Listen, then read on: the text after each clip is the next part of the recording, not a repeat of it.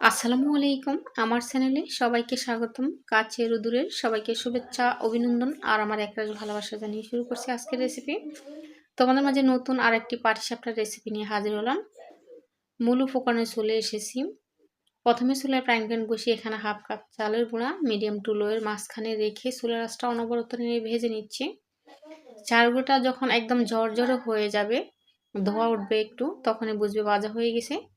চালের গুঁড়োটা ভাজা হয়ে গেছে, তুলে নিচ্ছি একটি সার্ভিং বলে। আর কোয়াটা চা চামচ লবণ, পরিমাণ মতো পানি দিয়ে এই চালের গুঁড়োটা মিক্স করে নিচ্ছি। তোমরা চাইলে এখানে লিকুইড দুধ দিয়েও তৈরি করে নিতে পারো।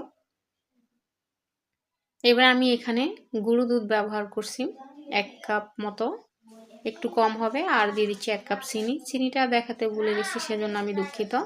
সম্পূর্ণ উপকরণটা হ্যান্ড উইচ দিয়ে মিশিয়ে নিয়েছি। আবারও চুলায় ফ্রাইং প্যান বসিয়ে মিশ্রণটা দিয়ে দিচ্ছি, অনবরত হ্যান্ড উইচ দিয়ে নেড়ে নিচ্ছি। এবারে চুলাটা আমার মিডিয়াম আঁচে আছে। তো ভিডিওটা অনেক লং হয়ে গেছিল, সেজন্য আমি অনেকটা ফাস্ট করে দিয়েছি। যদি কোনো অংশে বুঝতে অসুবিধা হয় তোমরা কমেন্ট করতে পারো, কমেন্টের রিপ্লাই আমি যথাসাধ্য দেওয়ার চেষ্টা করব।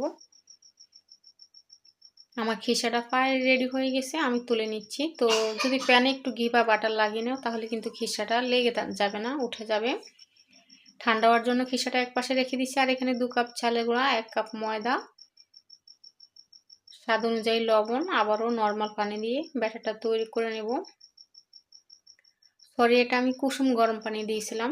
এখানে কুসুম গরম পানি, যদি শুকনো চালের গুঁড়ো হয় তাহলে মিডিয়াম গরম পানি দিতে হবে, একেবারে বলক ওঠা না আর একেবারে ঠান্ডা না।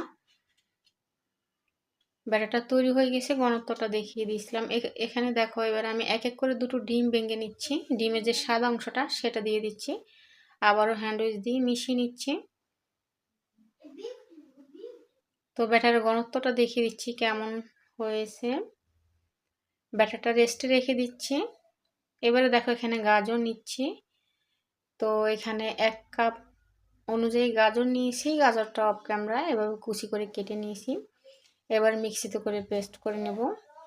গাজরে প্রচুর পরিমাণ পানি থাকে, তো এখানে আর বাড়তি পানি দিব না। আর এই গাজরটা পেস্ট করতে একটু সমস্যা হয়, টাইম লাগে। তো গাজরটা পেস্ট করে নেব ধৈর্য সহকারে।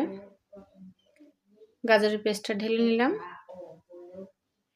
এবার এখানে আরও কিছু উপকরণ অ্যাড করব। যে ডিমের কুসুমটা আমি রেখেছিলাম, দুটো ডিমের কুসুম, সেটা দিয়ে দিচ্ছি। এতে করে কালারটা খুব সুন্দর আসবে।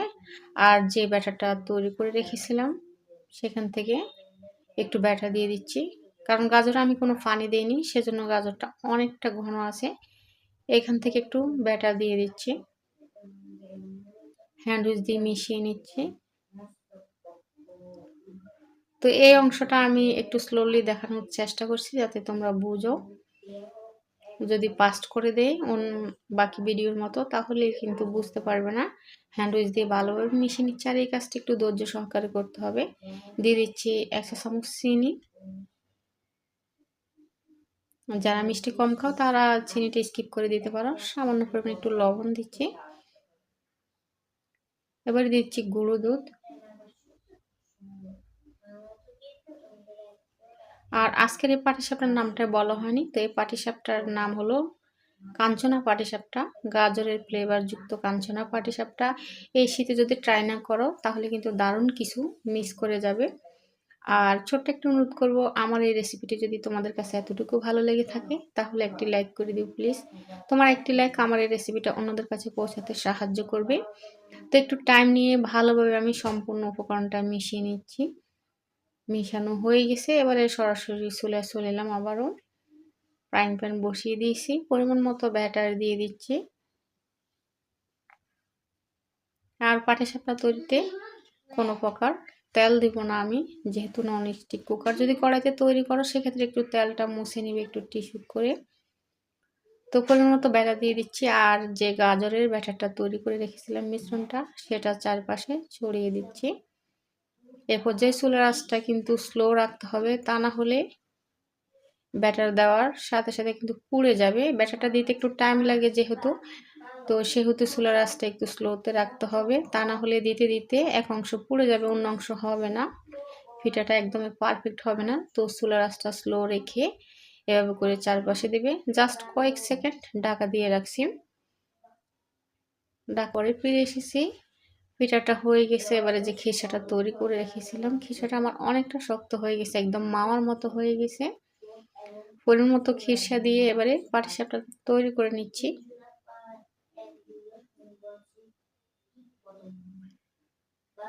এই তো দেখো আমার একটি পাটিসাপটা তৈরি হয়ে গেছে, মাশাআল্লাহ অনেক সুন্দর দেখাচ্ছে। অফ ক্যামেরা আরো দুটো পাটিসাপটা তৈরি করে নিয়েছিলাম। তো আরেকটা পাটিসাপটা তৈরি করে দেখাচ্ছি। পরিমাণ মতো ব্যাটার দিচ্ছি। ব্যাটার দেওয়ার পরে আবারও চামচ দিয়ে 4-5টা গাজরের মিশ্রণটা দিয়ে দিচ্ছি। খুবই ইউনিক ও মজাদার একটি রেসিপি, কালারফুল রেসিপি, অতিথি আপ্যায়নে কিংবা বাচ্চাদের ভীষণ পছন্দ হবে। একদম ইউনিক একটি রেসিপি, বাসায় ট্রাই করতে পারো। আর এর সাথে তৈরি হয়ে গেল আমার একদমই ইউনিক ও মজাদার গাজরের ফ্লেভারযুক্ত কাঞ্চনা পাটিসাপটা রেসিপি। কেমন লাগলো আজকের রেসিপি? ভালো লাগলে একটি লাইক করে দিও প্লিজ। আর প্রতিদিন এরকম নতুন নতুন রেসিপি পেতে আমার চ্যানেলটি সাবস্ক্রাইব করে পাশে থেকো। সবাই ভালো থেকো। আল্লাহ হাফেজ অ্যান্ড আসসালামু আলাইকুম।